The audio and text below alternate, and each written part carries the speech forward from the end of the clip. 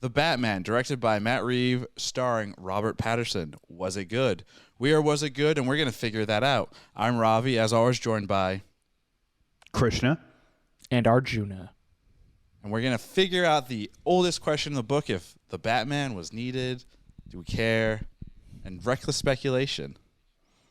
You know, it's Robert Pattinson, not Robert Patterson. Wait, is Pattinson? Yes. Pattinson? Pattinson. Okay. I would just call him that emo vampire. And, well, he lived up to that billing in this movie. Emo vampire? This is a spiritual successor to Twilight. I don't know if you guys knew that. Clearly. He's pale. He hangs out in the dark. Yeah. We never actually see him eat or drink human food. Just That's saying. true. Wait, no, he had that berry. Remember, Alfred's like fresh berries? And actually, now that I'm remembering, does he actually put it in his mouth? I think he does. It's like I think he sucks the red out of it, you know? Yeah, that makes sense. Because he's a vampire. That's him. He's a vampire. He's a vampire. Actually, we barely get Bruce Wayne in this movie. It's almost all Batman. We get some Bruce Wayne. We Yeah. get some. Well, so here's the thing. Did you guys enjoy that fact, or did that ruin things? Because after I got back yesterday and I saw the movie, I came in and I was like to Lauren and Natalie, who were just hanging out here, I was like, that was like probably the best Batman movie ever. And then they were both like, wait, what? But what about Robert Pattinson? I'm sorry. Wait. Yeah, go ahead. Do you think this is the best Batman movie ever? Yeah, I'm throwing that out there right now, right off the bat. I gotta end this podcast. I'm throwing that right there. I can't do this. I can't do the this. best modern day Batman film.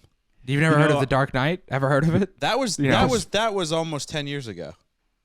It's still modern day. That's 10 years. It's a the way the internet works and how speed and light travels, that's basically forever away. I will say this. I'm going to split the difference. I will say it's the best portrayal of Batman we've ever seen. I don't know if it's the best Batman movie, but I think Robert Pattinson, I've only seen it once. I need a second viewing to confirm. You don't need to. It's but 3 I hours, would say, so I don't think you need to see it again. Oh, I need it. I think Robert Pattinson is the best Batman we've ever seen. Right, and that's my point in the sense that what we saw with the character of Batman, this dark, brooding, scary, unvengeance thing, like walking around, we got a really good, version of that thing walking, and the way I kind of like relate to is the Mandalorian, right? We fell in love with the Mandalorian not because of Pedro Pascal and his face and his facial. It's this person wearing this armor, this character, right? This thing and its presence that we are like, whoa, the Mandalorian is so fucking cool. And Patterson did a really good job with Batman, where it's like, this thing, this scary motherfucker is so cool and like scary and mysterious and just whatever. Yeah, he stalks his prey. Yeah. Every time he walked and those boots hit the ground, it was like a rumbling, right? It was like a rumbling sound. And he walked slowly and methodically. It reminded me of like a Jason movie, right? Yeah. Where the bad guy stalks his prey before he kills them. It was just like that. Every time he appeared, it was just like this slow, methodical walk. It was like, man, it was, the first time you see him, he comes out of the shadows. I was like, ooh, that's good. Arjuna, I mean, the Riddler. Yeah, I want to hear Arjuna's thing. The Riddler says at the end of the movie, in the climactic, prison scene, he's like, "We're the same," and there's a lot of truth to that, right? Like, he is almost a straight up villain at the start of this movie, just the way he brutally beats down that Joker gang. And the big arc of the movie is obviously his realization that, like, I can't be vengeance, I have to be hope, right? Right. I have to save the city, I have to be part of the city. And I thought that was really different from what they've done in previous Batman movies, right? Where take like the Dark Knight trilogy, for example, where this is a Batman that works kind of in the shadows and believes like he's the hero that Gotham deserves, right? That's the infamous Jim Gordon line. This is not a heroic Batman. For most of the movie, he is a boy, essentially, dressing up as a bat. Well, I mean, they really by bypassing, for like pretty much what feels like the first time ever, like bypassing the Thomas and Martha death scene and moving past the first year and the origins, you have this damaged Bruce, right? Who isn't just like over over the deaths, right? Like in most Batman adaptations, he gets over their deaths by becoming Batman. Right. This is a Batman who is still grieving 20 plus years later, and is angry and is hurt and he has a lot of baggage with him and is kind of utilizing that into Batman and comes to this realization that like, oh, I'm not really helping. Like I think he says near the beginning of the movie, he's like, I've been doing this for a year. Crime is up, you know. Well, isn't it 2 years? This is his second year. In his second year. Okay, gotcha. Yeah. I think the most telling bit of evidence to Arjuna's point is that when Catwoman is like, I gotta save like Annika, the dead woman, find her, figure that out. He's like, actually, we should probably stay on Falcone and the DA. Like, he's like, that's more important. And I thought that was really interesting because that's not very Batman-esque. So that was cool. I would say that this movie probably had more Batman growth than any other Batman movie. Like most other Batman movies, he remains pretty static, right? Like he's he is what he is. This movie, I think we had kind of a nice progression for once with like with that character. if we go back to the Dark Knight comp, right? The Dark Knight is not great because of the Batman. The Dark Knight is great because of the Joker, Two-Face, 100%. Gordon, a lot of these other characters because he's done a lot of his growth in Batman Begins. Yeah. This movie is, you're with Pattinson for almost the entire movie. Pretty much besides like the opening scene and a couple other scenes here and there, like it's all Batman for 3 hours. Like this is the most we've ever spent with Batman in a singular movie experience. Right. Like we are Robert Pattinson now. We are emo. We are vengeance. We are vengeance. Yeah. And I thought, I think to your points, he did a really good job of like making a 3-hour movie captivating, which is hard to do. Like it's not just him, right? I think Matt Reeves is as well. Like what he did, like I was dreading. I'm not gonna lie to you. Like I had like all day anxiety leading up to seeing this movie because I was like, am I going to need a pee break? Am I going to be bored? Am I going to want to check my phone? And I was like, thankfully, I was very like pulled in immediately and just kind of stuck with it the whole way through. Yeah. And again, I think like the pacing of this thing was just really, really well done. Granted, this movie, it takes place over the course of 6 days ish. I think October 31st, Halloween night, yep. October 31st to like November 6th, I want to say. It's like a week. Makes you think why this movie didn't come out on Halloween. I mean, wasn't it supposed to? It wasn't ready. I have no idea. But it was delayed, right? The Batman was delayed because of COVID stuff. Yeah, I think almost every movie's been delayed over the last however many years we've been in COVID. So obviously, I think we do our usual like one word impression. I'm just gonna kind of, Is yours vengeance? Mine was actually best, and you all kind of helped explain that as to why this was the best. It's not the best Batman movie. It is the best. Top three. You literally just said this is the most Batman we ever got, and it was. That doesn't really, make really it the good. best movie. Yes, it does. The best movie. No, it doesn't. It makes it the best Batman movie. Literally doesn't. It does. It does. There's two Batman movies I've enjoyed more than this. So Ravi is saying that Which one? the The one with, Batman is the best boy of all Batman. He likes boys. He is top boy. He is top Batman boy. He's head boy. I'm He's the head best boy. boy. Head boy. Yeah. Do you guys have a one-word impression in terms of how you would kind of recap the movie? Mine obviously being best because I have one. Christian can go first if he has one. Yeah. Mine was going to be boots, but I already explained. Boots. Boots, the boots on the ground. Boots. No, not boobs. Boots. Boots. No, you but want to say my beans. one word. Yeah, that's true. My one word impression is actually going to be Rorschach.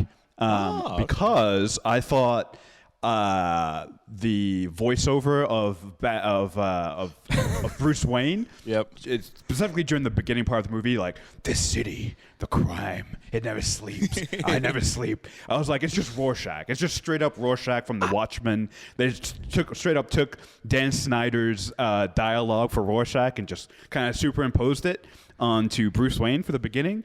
I kind of giggled in the movie theater when I heard it because it's like, That's oh, funny. Man. Well I done. actually kind of enjoyed liked it. his Batman voice. I loved it. I loved it. Christian Bale's Batman voice is the most ridiculous, right? Like he's just definitely. like, The best one and is this one was like a brutal. little more nuanced. I was like, okay, I appreciate this. Yeah. But it more whispery. it was more it was less goofy and it was more like realistic to what you would expect, and it was also the majority of the time that you heard Batman talking was to like Catwoman or to like Selena, or to like Gordon, and like it's a normal conversation.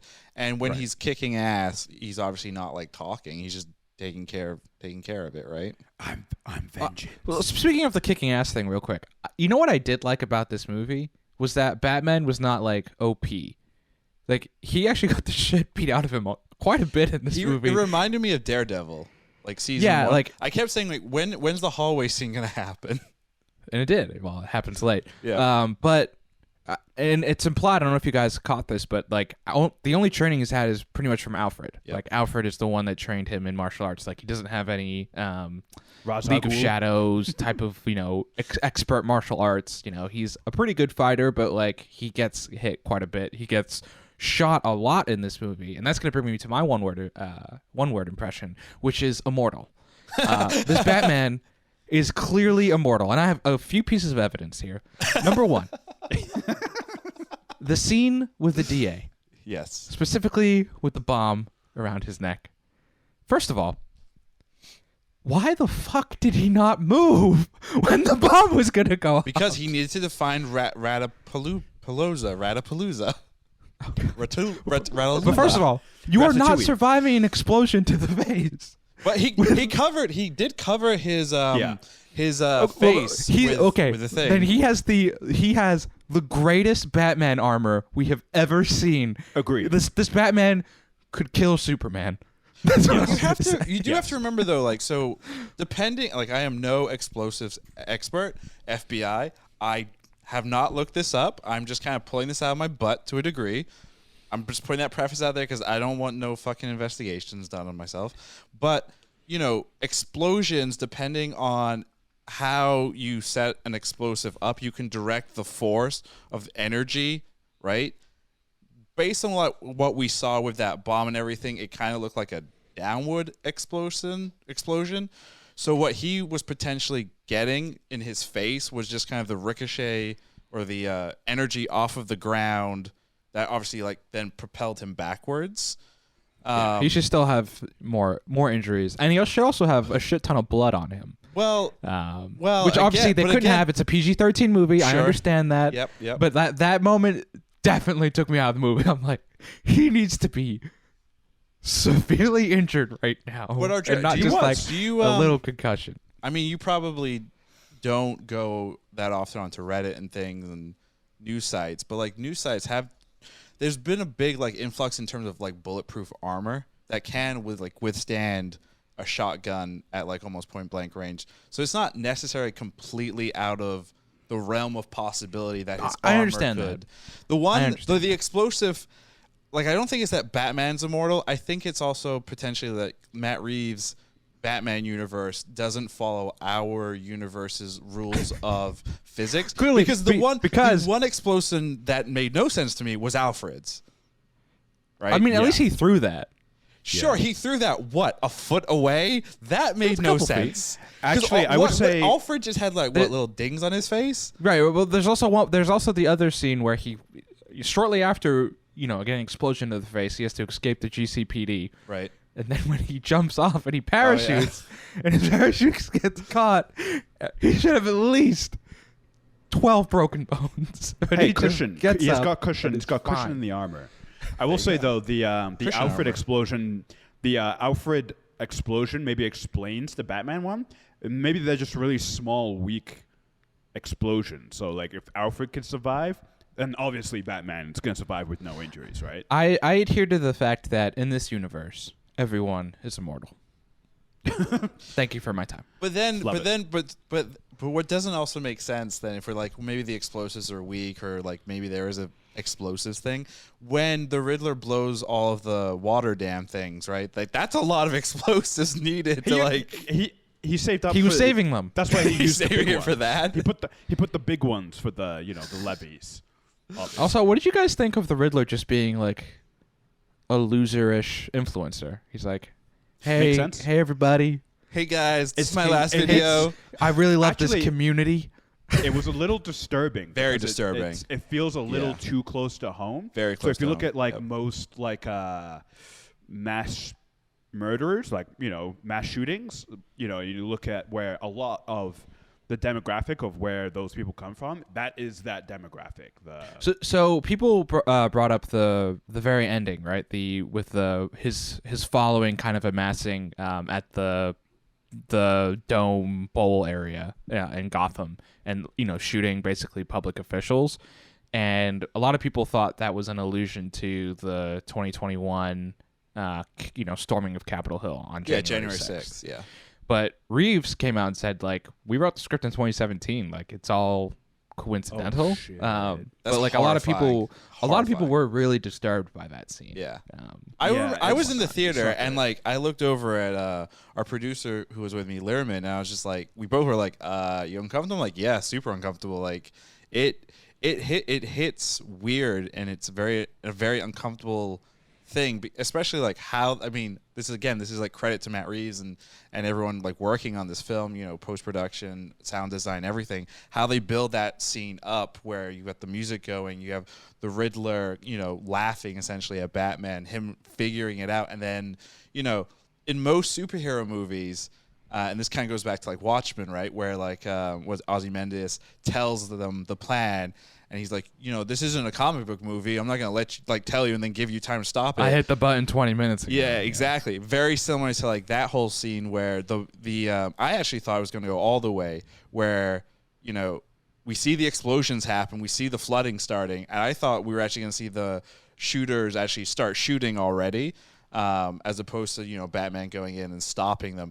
I was actually like, because it felt so real and everything, I was glad like Batman was able to go in and kick these dickheads like ass. But again, it's because of like what we've seen, what happened on January 6th. It's very much like, I think a lot of us do wish on January 6th somebody went in and kicked their asses. Like that would have been justice. It's also an interesting way to end the movie because even though Batman has this like self-realization that he needs to be like an actual hero and a part of the community, he kind of loses, right? Like there's a lot of like destruction and chaos that's in Gotham, and I mean Gotham's in a worse place than it was at the beginning of the movie. Like as corrupt as they were, the top officials of the city are all dead. Right. The city is flooded. There's complete chaos. They're waiting for the Coast Guard. There's a power grab. There's a power vacuum with Falcone out of the way. It reminds me of the end of Dark Knight Rises, right? Like Dark Knight Rises, the last of the Christopher Nolan trilogy ends like that, where Batman in that one, Batman leaves. He doesn't even stick around to clean up the mess. At least in this one, Bruce is like, "Oh, I'm going to stay and But the difference, put things back together." But the difference, I mean, he had an option. I mean, Catwoman was like, "Hey, come take a vacation with me." He considered and he went the other way, and I don't know how many other people would have done that. But the big difference with this one and the Nolan one, right, is that Christian Bale's Batman realized he was the problem. He was causing the crazies to come out. I always find it kind of funny when you look at like Marvel and DC. Batman is very, he's all about this dark, broody stuff, but because of his actions, he causes a lot of these like characters and things. Like even Peacemaker says it right in the Peacemaker series, right? Batman's a fucking pussy. He doesn't go and kill his enemies. Kill him. And you want to know why I don't have a rogues gallery? Because they're all 6 feet under. Exactly. But there is like a point to that. So the Christian Bale Batman, I think he realizes he's the problem. So by leaving, he can do better for the city, essentially. Well, I was also telling Krishna before the show started, in the movie, it's revealed that Martha is Martha Arkham. Yes. Which means he's related in this movie to the Arkham family. So if you think about it, it's good for business for Bruce to put his enemies into Arkham. to bring chaos. He's just making. I mentioned it to Arjuna as well before the show. I thought that was. I liked that they made her an Arkham because, like I said to Arjuna, you have to be slightly insane to dress up as a bat. Right. Call yourself Vengeance and beat up bad guys. And so having maybe a family history of some mental illness sort of helps explain some of Bruce's behavior sometimes.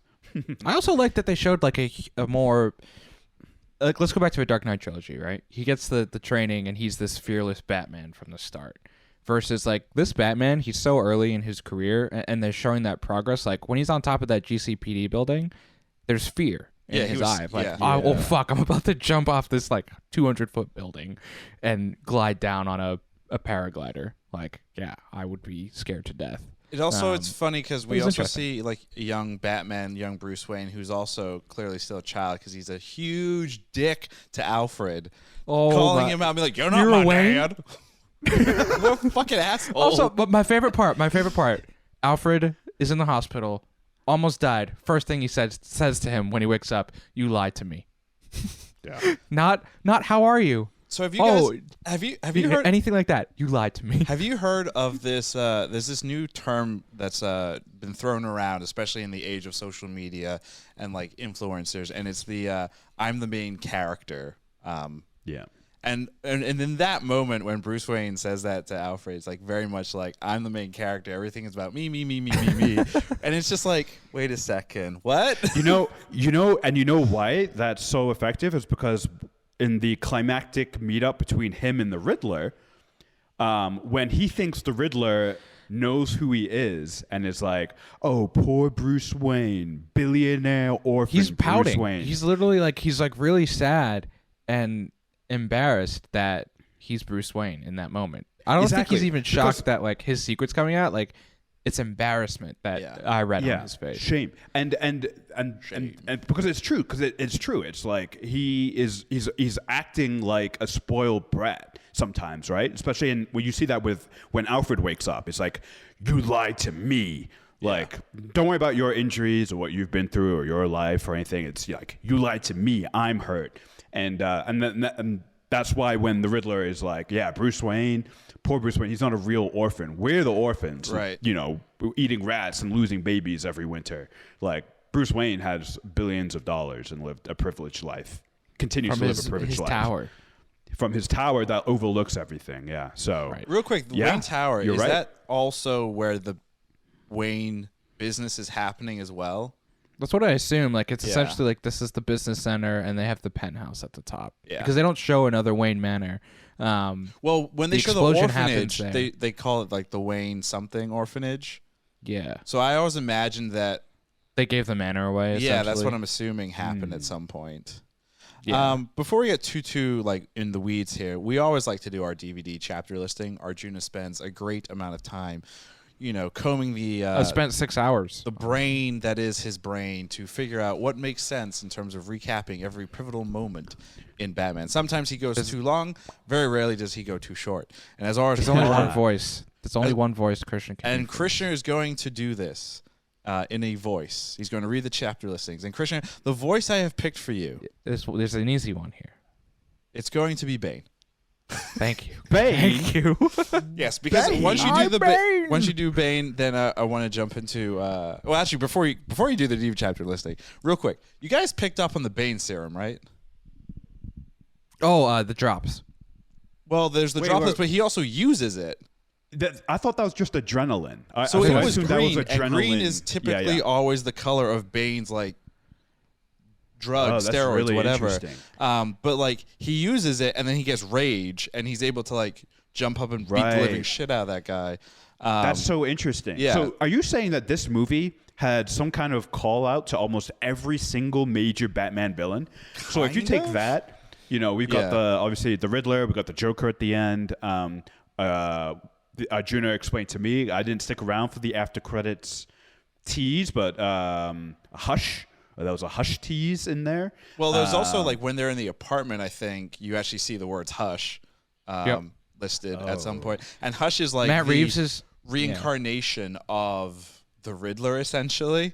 And I think the Joker is going like, again, we can get into it a little bit later, but like I think it's going to be Joker is going to push Riddler into this like the comeback story, which is like that of Hush, which will be interesting.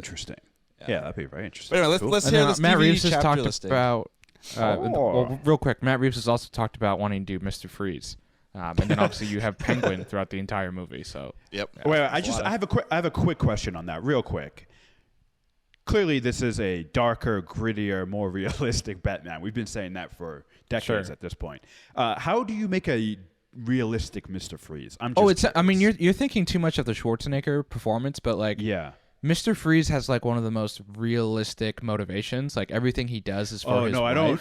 Yeah. So don't like, mean motivation. I meant more like his powers.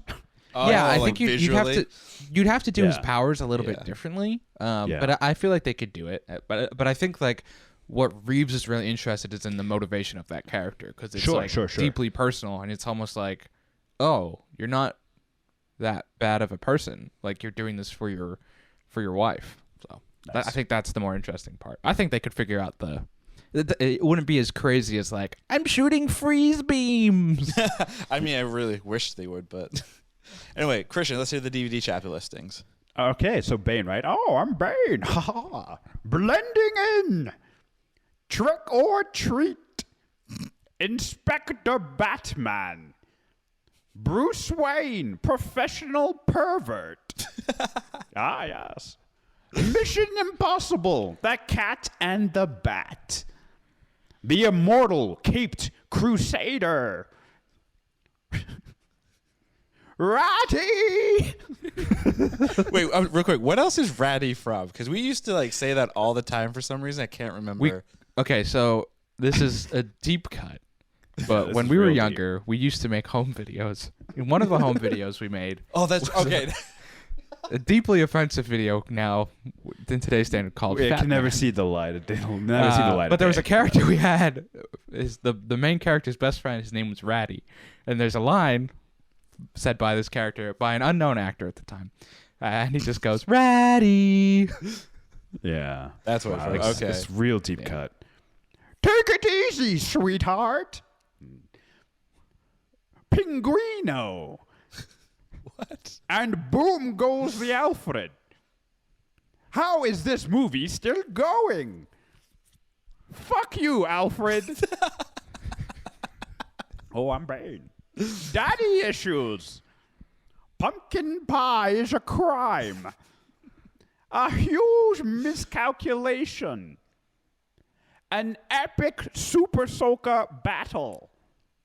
What a joke. No, man, I definitely lost it there toward the end. I think Old Man That overall, long is tough. in terms of your voice, Christian, probably like a 7 out of 10. Arjuna for DVD chapter listings, probably 7 out of 10 as well. Pretty good. That's solid. That was amazing. That was an amazing I one. can't ever give you a 10 out of 10. Then it's never gonna. You always want to go, get better and better, right? You always want the sequel to be better. I do get better. Every single one is better than good. the last. You know? Do you think, speaking real quick of one of your chapter listings, pumpkin pie is a crime, do you think pumpkin pie sales are going to be on the rise now?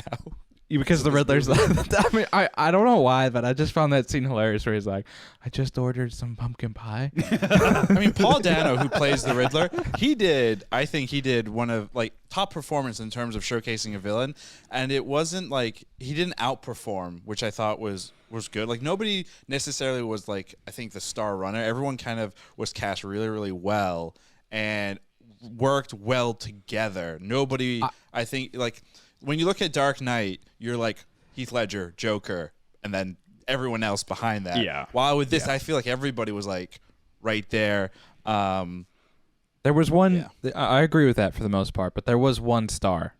There was one man who rose above it all. Yeah, and that's Colin Farrell. Absolutely. Every line was amazing. His performance was incredible. I also loved that he was in this movie way more than I thought he was going to be, because I think how it was originally described was it was more of like a cameo or like a reduced role, but honestly, Alfred was more of a cameo. Like I think I counted 4 scenes for Alfred and like at least 10 for Cobblepot. Like, amazing, incredible. The whole Spanish thing where he's like, where I said Penguino. He's like, He's like, you guys don't know Spanish. No hablo español. I really thought, and then like him waddling even with the restraints, like just amazing. I really thought you guys were gonna have me do that voice for the DVD chapter listing. I feel like that's a hard one to do. I got you. It's like a Chicago, like a deep Chicago act. I mean, everyone kind of had a Chicago-esque type accent. I mean, there's a lot of. I mean, again, similar to a Dark Knight trilogy, they used a lot of Chicago shots to make Gotham for this one, but they also used, I think, some Europe, and I saw New Zealand in the credits, so I don't know if they shot some city shots there as well. Where in New Zealand? Like, I'd be curious to see like where in New Zealand, like which city. Hobbiton. That's not Hobbiton. No. Also, speaking like performances, Catwoman, played by Zoe Kravitz. Zoe Kravitz, Zoe so Kravitz. Lenny Kravitz's daughter. She also did, I think, a fantastic job as Selena Kyle as Catwoman. I also thought this like version of Catwoman is like the more interesting type of character, where it's like typically Catwoman, especially in like the animated Batman, like what we grew up with, was always kind of like, I'm just kind of stealing from the rich, give to the poor, which is a cool story, and she's always been kind of like in between good and bad. This one, she was obviously directly related to Falcone, which we have seen in animated films before. Batman: The Longest Night, Part 1 and Part 2. It's the same kind of story where she is stealing or wants to take from Falcone, which this movie also kind of feel like pulled from those comic book arcs as well. I think Matt Reeves said the three influences were that. The Halloween one. What's that? The Longest Halloween. Yeah, The Longest Halloween. Yeah. And then year 2, with the big influences here. Yeah, I mean, I was telling Learman this as well. Like, this movie definitely felt very kind of like, I love the animated movies that Warner Brothers puts out when it comes to like DC. They are far, in my opinion, better. Besides like the Nolan trilogy, like as a whole, actually specific to like the DCEU, like I'll always pick the ACEU and then some of the one-offs that they do because they're just so much more interesting. And this definitely kind of felt very much like an animated movie had come, it was like real life. That's why I keep saying, like, to me, this is like the best Batman movie, like live action, that I've ever seen, because it just felt like a good, solid, realistic comic book movie. Well, I don't know about realistic, because The explosions. Immortality. Immortality. The Immortal. Again, I said Dark Knight. comic book. You did preface it with a comic book label. Yeah, but Very I important. thought speaking of Catwoman, like you could make an argument that she's more heroic than Batman for most of this movie, just in terms of like her motivations, and she's trying to get justice for Annika. She's trying to, she wants to kill Falcone for personal vengeance, but also like it's probably a good thing for the city in terms of just in terms of how it's going and whatnot. And I did like how they had that parallel of Batman and her and their personal vengeances against Falcone. And how it obviously was revealed that although not directly confirmed, it's heavily implied that he's the one that probably had his parents killed, and he has probably just as much reason to want Falcone dead. him dead as she does. So I thought that was just an interesting parallel of like their journeys and kind of her, not necessarily her descent into villainy, but like more of an anti-hero and more of his ascent into her heroism. Yeah, and the gag I really liked with the whole Falcone thing and everything was like the 3 times he went into the nightclub, and just how like he first goes in as Batman, he next goes in as Bruce Wayne, and then the 3rd time he goes in stealthily. And that's just kind of like his own natural progression, like from brute force to charm to something in between.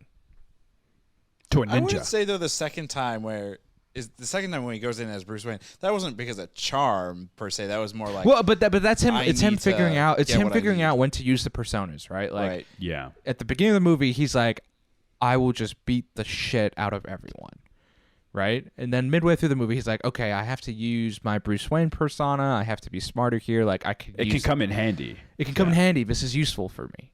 Right. And then the third time, he's like, I'm not Bruce Wayne. I'm not Batman. I'm something in between, right? And he uses, he's a little bit more stealthy, and he uses a little bit more of his entire holistic skills to kind of get. Yeah. If we're smart, we're gonna take this and you say he's something in between, and we cut to like a bantha. That's what we're gonna do right there. That you should definitely do that because that's funny. But I mean, like Matt Reeves also said too, right? When it comes to like this Batman, like the idea was a Bruce Wayne that, you know, puts the mask on or puts on his true face, right? Riddler says, you know, you're wearing your real face, right? With the Batman cowl and everything. And that's kind of, I think, the heart of the story, right? Is like a Batman that is reclusive, or Bruce Wayne that is reclusive, more reclusive than what we've seen before, where he is always Batman. He is becoming like nocturnal, right? Like we see a couple of scenes where Bruce Wayne puts on like sunglasses during the day because like the sunlight is hurting his eyes because he's out all night and everything. So I think that like all that is like super, super cool and like adds to like this darkness, this character of Batman, which has been really, really good. Speaking of like Batman films, you know, there's a meme that Julian actually sent me the other day. And Julian Schwab, friend of the podcast. He and basically basically it's like a comic book page from Watchmen, and it's Dr. Manhattan sitting on Mars, right? That like infamous one. He's just kind of sitting around, and it's slowly zooming out, out, and it's basically like in the Watchmen comic, it's him saying like the year is 19 da da da and so and so is happening. The year is da da da and something's happening. Instead, they've replaced it with I'm 9 years old and a gritty Batman movie has come out. 20 years later, I am now 20, or I'm now like in my 20s. A gritty Batman movie has come out. I'm now in my 40s. A grittier Batman movie has come out, and it's like that has always been kind of like the progression, with this Batman.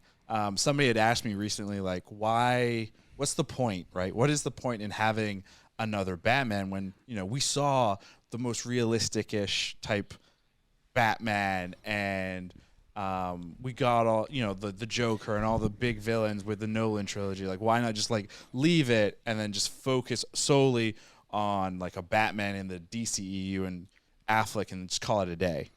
Because they tried and it failed. You think that's the sole reason? Is just because? Well, I mean, look, yes. we should talk about the development of this movie, right? Because the movie initially came out. It was supposed to be a DCEU movie. It was supposed to star Ben Affleck. He was attached to write and direct at one point. That was the whole idea of this, and it evolved over time into, here, Matt Reeves, you take it, and if you really want to do it, you can make it your own thing. It doesn't have to be to the constraints of this universe, right?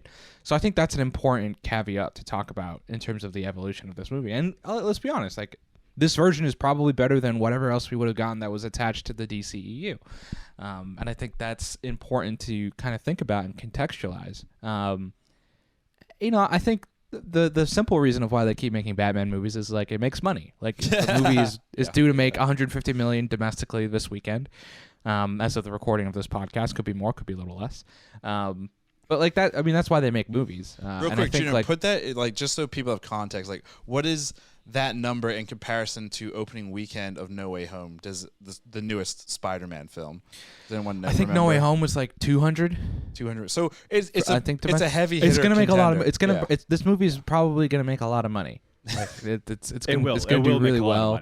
Yeah. It's going to make a lot of money. People, even though it's a 3-hour movie, like.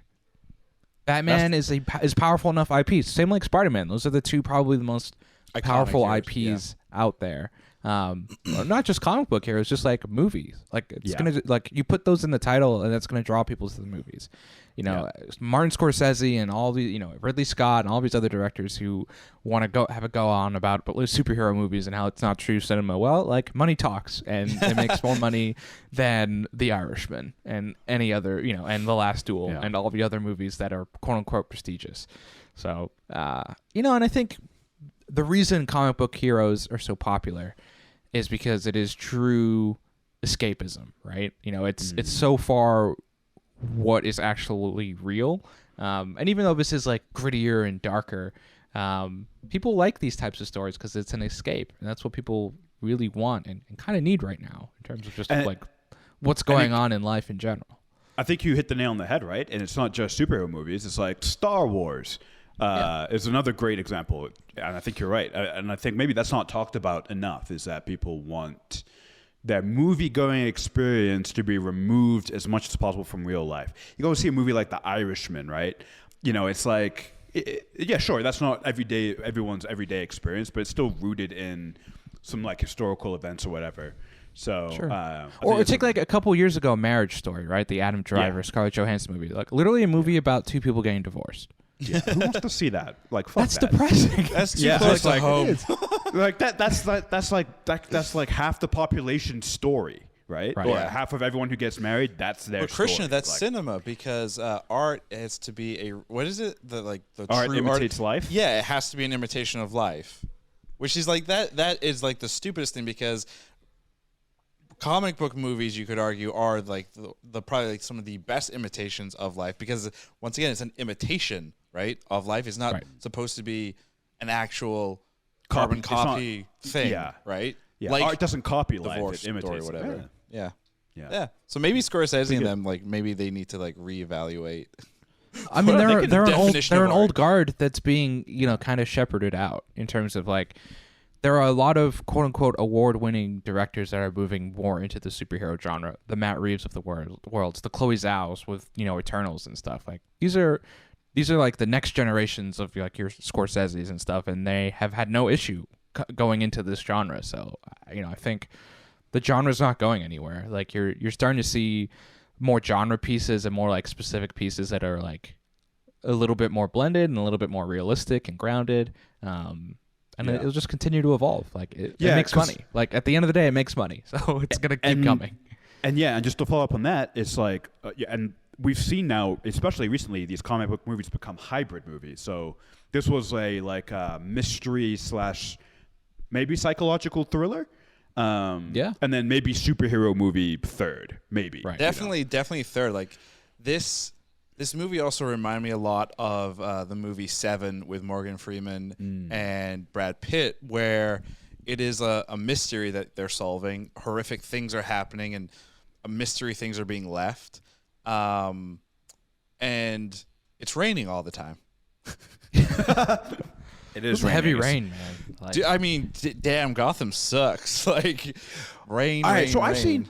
I saw a great tweet. It's like we've seen now like 17 movies about how shitty Gotham is. Why does anyone even choose to live there? Like Because people should be like it's it should be a ghost economic, town. like it's because Gotham in the DC world is like it's the bigger New York City, and it's supposed to be kind of like a representation of like Chicago and New York City, where there's a lot of financial connections and things happening there. Like, not to shit on New York City, but like New York City is not like New York City, Boston, Chicago. Those aren't great cities either, but so many people live there for whatever reason. I mean, it's people like say the LA is same not a idea. great city either. Shut Like, up. it LA is a really great in city. the How eye- dare you? How It's in the eye of the dare beholder, you. and it's also like and I think they do a good job of this. Not necessarily in this movie, but in a lot of these Batman movies, of like there are really nice parts and there are really shitty parts. like everywhere. Depends on how much money you have. Speaking, going back real quick, when you said like, this is, multiple layers in terms of like genres and things of that nature. This is also going to follow the Suicide Squad structure as well, where we have a movie and then we're going to get a kickoff or a spin-off series. Potentially up to 3. Yeah, Wait, on what? the HBO Max platform. Yes. What shows? So the far one it's what the GCPD. The one that's officially confirmed is the GCPD one. The other 2 that are in active development is one that they're working with Colin Farrell on, which would be about Cobblepot. And then there's rumors that they want to work with Zoe Kravitz and do a Catwoman HBO Max spinoff. all 3 of those sound to me like fantastic. Yeah. I think each of They really those do. could be really cool, especially like a Cobblepot show can really like. The only concern I have is like a GCPD and Cobblepot one almost seem like they should be one and the same, just because like I think they would focus on a lot of the same stuff. But like a Catwoman one would be super interesting because you could focus on like what she's doing in Bloodhaven and all this other type of stuff. If she's going to Bloodhaven, does that mean Nightwing is just going to automatically be there? Or No, because this is a young Batman, so like he's not there yet. But speaking of that, the mayor's son. yes. Did anyone else get like, oh, this could be like Robin down the road? No, in terms I of, think like, Yes. I how feel this- like that was I just got that, like yeah. I think that's just us looking for that Maybe. connection. I don't know I think they put in those shots purposefully, right? Yeah, for you to I think agree. of like he's already there's already the idea of like, especially with adoption and like giving back to Gotham, like he's going to take in like an orphan or someone who has been through some pain and whatnot and have a sidekick at some point if these movies do continue, which I mean they will. I don't know. The way I looked at it more was not necessarily like you were going to be Robin now. I looked at it more like I see myself in you and I feel bad for you. And here's some Kurt Cobain emo music to play along that. I mean, real quick, the Kurt Cobain song, amazing. The Nirvana song, very, very good song choice. And I like the remake that they did on it. That was fantastic. I just want to point out, the first time you see that kid, he's dressed up as a ninja, wielding a sword. Remember, it was Halloween, right? So I'm just saying there might be a little bit more credence to him being Robin than initially appears. There's definitely enough evidence that they're putting in there to at least put it in your mind. Not necessarily this specific character, but like he's gonna have a protege at some point. Maybe he'll turn into the Red Hood. See, to me, that would be way more interesting. Like, let's say there is going to be a sequel, right? I wouldn't want a sequel where it's just kind of Batman doing his thing and there's another villain or whatever. I think it needs to be around Riddler and around Joker. But then also, I think, like Christian just said, throwing in a Red Hood, right, would make this. Don't you need a Robin before you can have a Red Hood? Well, Isn't Red Hood is Jason Todd. Right, which is the second Robin. So I would prefer them to just jump straight to that. Like jump. Wow, I can't speak. Jump straight to Jason Todd and the Red Hood arc and tie it into like Hush. But you need a Robin first. No, do a Robin movie first, Batman and Robin movie, and then do a Red Hood. I think it'd be more interesting though if let's say this is a trilogy. The second one is basically. He feels, I'm going to be a hero. I'm going to take on another hero. He brings in a hero. He fails that hero, who then turns on him ultimately. And then the third one will be like his redemption of like, well, I fucked up, and now I got to figure out whatever the next one is. I mean, I would love that. And say what you will, Matt Reeves. I mean, he was pretty well known for directing, I think, the third War of the Worlds movie. Like the reboot or the remake or whatever. You mean the Planet of the Apes? Did I say War of the Worlds? Yeah, Planet of the Apes. That's what I said. I think he directed all movie. of them. No, it's not. I don't think maybe he directed. I don't think he directed all of them. I think maybe the second two or something. I'm not entirely sure. But either way, he's good at like taking old material and adapting it, right? And changing it up. So let's say that you do want to do this Red Hood thing. I think he'd be the perfect guy to do it. Just based on what he's done with Planet of the Apes. I mean, as long as Red Hood is better than what we saw in the Titans show, that'd be great. I will say this. I think Matt Reeves plays by his own rules too. Like, I think he's interested in telling unique and interesting stories and perspectives on Batman. I think, to Robbie's point of like, why is this one of the best portrayals of Batman? Is because it's different and it's something that's interesting and unique. And even though Batman is, coming up to 100 years old in terms of just how long he's been around, from comics and media, there's still interesting stuff to tell. So, like, I think he's going to take a lot of these ideas and do something unique and different about it. Yeah, the reason I hesitate on, like, potentially there being a full-blown Robin or sidekicks in these movies is because I think Matt is interested, because we're on a first name basis, me and Matt.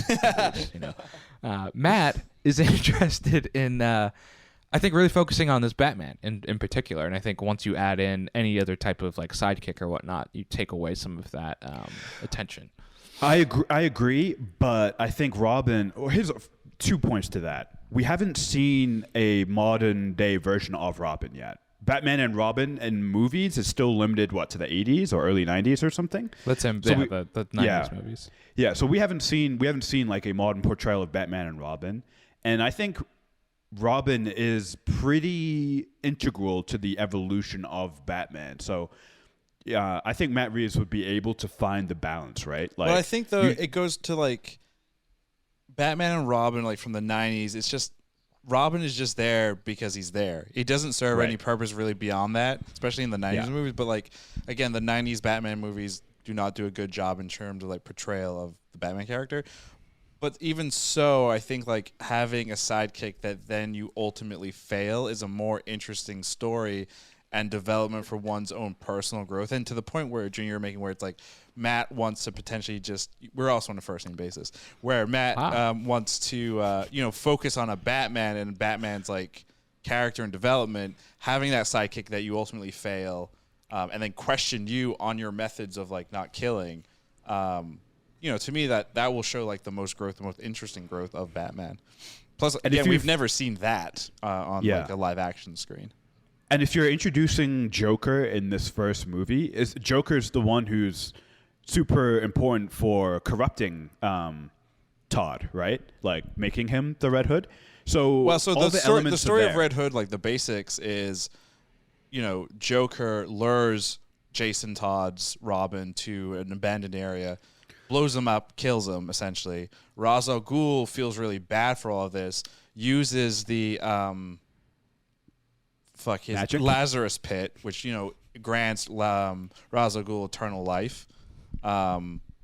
He uses that to bring Jason back. That bringing him back from the dead makes him a little cuckoo in the head, and he kind of reevaluates what Bruce is doing in Gotham and sees that by not killing, you're not really causing any change. So he goes and he takes out a lot of the mob bosses and takes them over, and basically says, like, we're not going to be dealing drugs to kids anymore. We're going to be doing it this way. I'm going to kill you whenever I feel like it. He's just basically a ruthless vigilante. He's a ruthless Batman. Yeah, he's a ruthless Batman.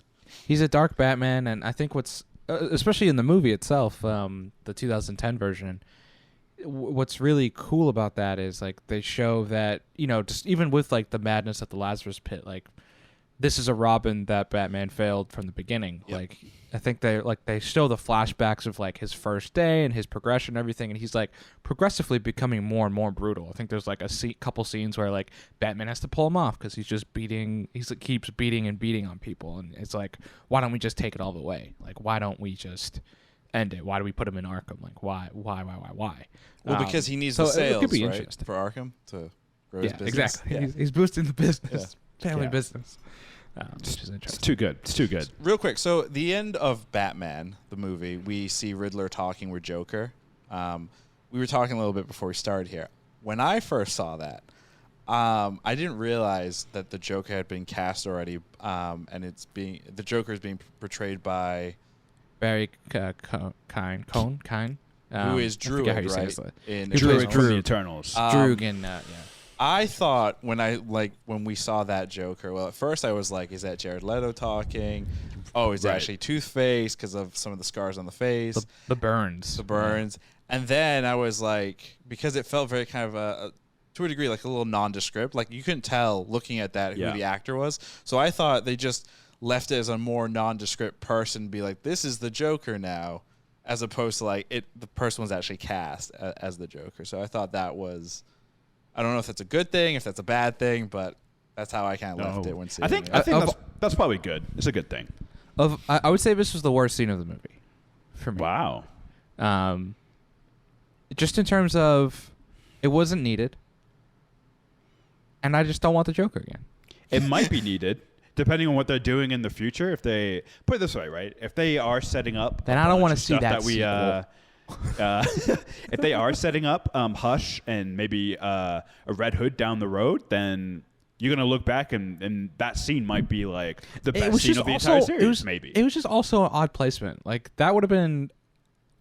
I think I would have been less upset with the scene if it had been like a post-credit scene, honestly. Like, to put it in the movie proper itself, it just felt like it was one note too many, Like, I thought this movie was a little too long, personally. And I think there was a couple like fake outs with the endings. Like, I actually think it would have been a really powerful ending if they ended with the Falcone stuff, and then maybe he's chasing the Riddler at the end, or even like the confrontation with the Riddler in the prison scene. But there's just like a little bit of a dragging on at the end, and this was just like even more of that. Like, oh wait, here's more and more and more. Sure. It's like at some point the concert is over and I want to go home. I do not need 4 encores. Arjuna sounds like question. A begrudging like old man. Like, all right, I'm done. I want to go. Actually, if you want to see Arjuna as an old man, go to our youtube.com/wasitgood channel. Check out our newest short, The Interview, and you can see Arjuna as a begrudging old man. He plays it a little too well. He isn't playing Christian. He's just doing you're real right. life, essentially. I shed yeah. my mask and I wore my true face. Wait, Just you a know, face with no makeup on. Got it. but we got to ask you the most important question. On a scale of 1 to 10, how bad was the migraine for this one? Oh yeah, because you get migraines. I did not get a migraine. Then it was a great movie. We judge movies now on our junior's migraine level. Yeah, I was that's- worried. that's Was good. it good? I saw we'll it in go for it. IMAX, and it's a 3-hour movie. And I was like, well, the last Did time I anyone did else that, did anyone else have to like run to the bathroom at all? Or did you go through the whole thing? No. I was I- actually I- really shocked that I didn't because I have a pretty had good bladder. beer. Like had a I can beer right hold it before for the- about 6 the days. thing. Fuck. That's not healthy, man. Before we ask that big question, guys, bold predictions here. Obviously, as the taping of this podcast, and correct me if I'm wrong, guys, there is nothing out there on the internet that says that there is a sequel in the works. Nothing confirmed. Nothing confirmed. All we know is that there is a confirmed spin-off on HBO Max coming out at some predetermined date. But beyond that, we don't know of anything. So what I'd like to hear from you guys are bold predictions. Very outlandish ideas in terms of what could happen to this Batman, and whoever gets the closest or hits the nail on the head gets, fake internet points. He'll get a haircut. I will say, not to be the Debbie Downer, but I don't know what the likelihood of another Robert Pattinson Batman movie actually is. Wow. Robert, Mr.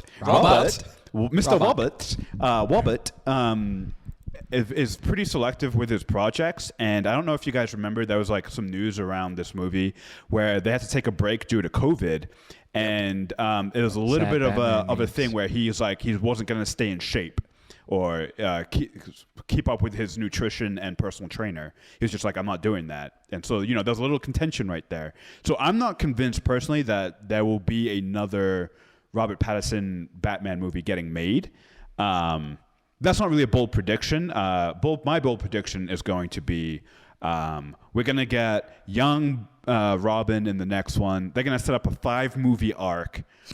They want Matt Reeves is going to do a 5 movies that will culminate, I think, with the Red Hood. But they're going to spend 2 movies training young Robin, then Robin becoming fully fledged Robin. Hell, maybe maybe they're going to do a movie.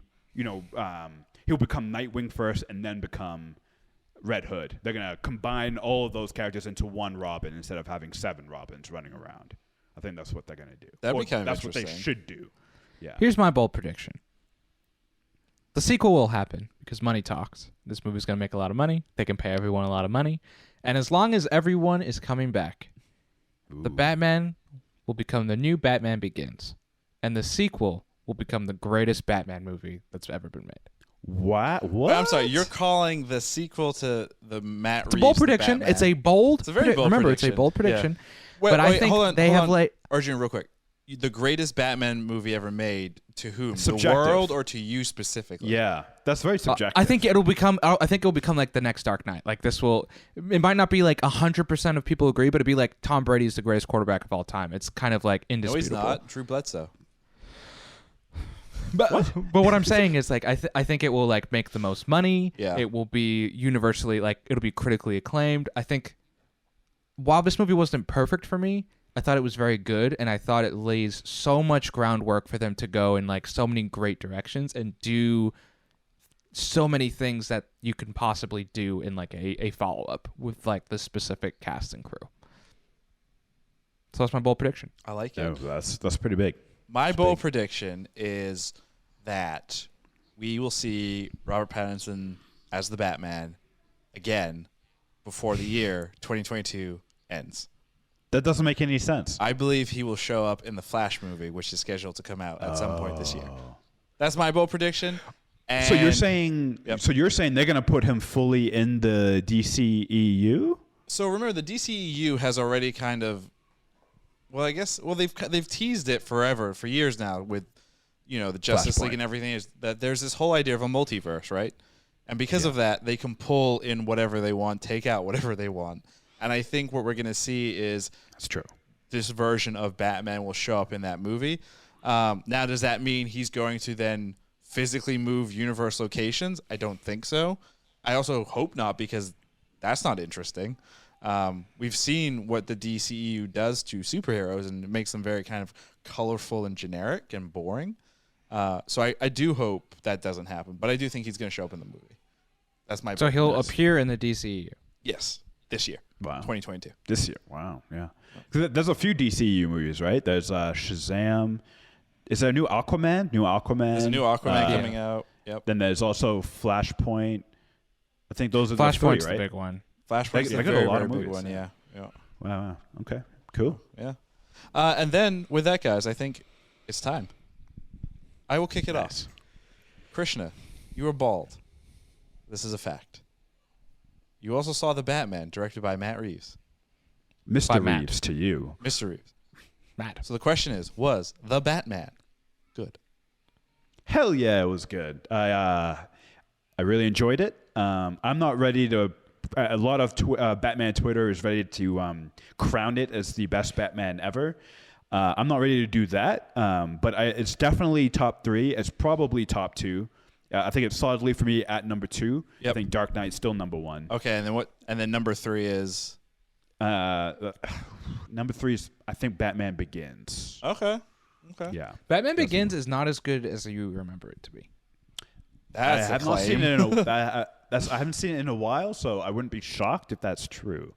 So yeah. All right. Arjuna, was The Batman, directed by Mr. Reeves to you, good? I thought Matt made a good movie, and it was good. Not great, not the best Batman movie I've ever seen. Definitely some nitpicks, definitely some like things I think that could have been tightened up, and the Immortal thing will always get me. But definitely liked it. Not sure I would like rush to go back and watch it. It's like definitely a commitment. Probably will still end up seeing it again sometime soon. Probably end up seeing it like 4 times in the theater because that's just how it goes sometimes. I'm actually seeing it yeah. tomorrow at 9:30 a.m. again. Wow. Nice. But yeah, it was good. Ravi, was Matt's movie, The Batman, good? Yes, it was good, and I'm still standing on my hill that this is the best live action Batman that I've seen, followed by Dark Knight, and then followed by Batman Under the Red Hood animated film. Those are like my top. See, I would 3, go like, Batman The Dark films. Knight, Lego Batman, and then The Batman. I think the Lego Batman is an interesting take on Batman because it falls heavily into terms of like that version of Batman and his whole thing with family and all that fun stuff. So It's a great movie. but yeah, it's Yeah, I think it was a great fucking movie. Like they did a top-notch job on it. So I'm very It was good. excited to very see good. what happens next. And with that, that's going to do it for us here on the podcast. Was it good? I think we have all said The Batman was good, so therefore definitely go see it again. Make this more money than Spider-Man, because that would be kind of funny and horrifying all at once. That'd be interesting. insane. That would be insane. I mean, I think Marvel's going to be just fine. They have this little movie coming out in 2 months called Doctor Strange. No, they got this other Never one heard called of it. Never heard of it. Morbius. Never heard Way of it. better. That's going to make more money. That's my Sony, bold so- prediction. But That comes out Morbius is still in April- that comes out conjunction April with Fool's Day. Marvel. So It will not make more money. No, definitely Morbius not. is so dumb. definitely Also, not. starring a Joker. And with that, thank you for tuning in to the Was It Good podcast. As always, you can find us on social media on Twitter at Was It Good, on TikTok and Instagram at Was It Good Pod. Our full pods and VODs and some other fun shorts are on our YouTube channel, youtube.com/wasitgood. Check out our website, wasitgood.info. Our next pod will be most likely be in about a week. Definitely follow along on social to see what's going to be on, and we'll see you then.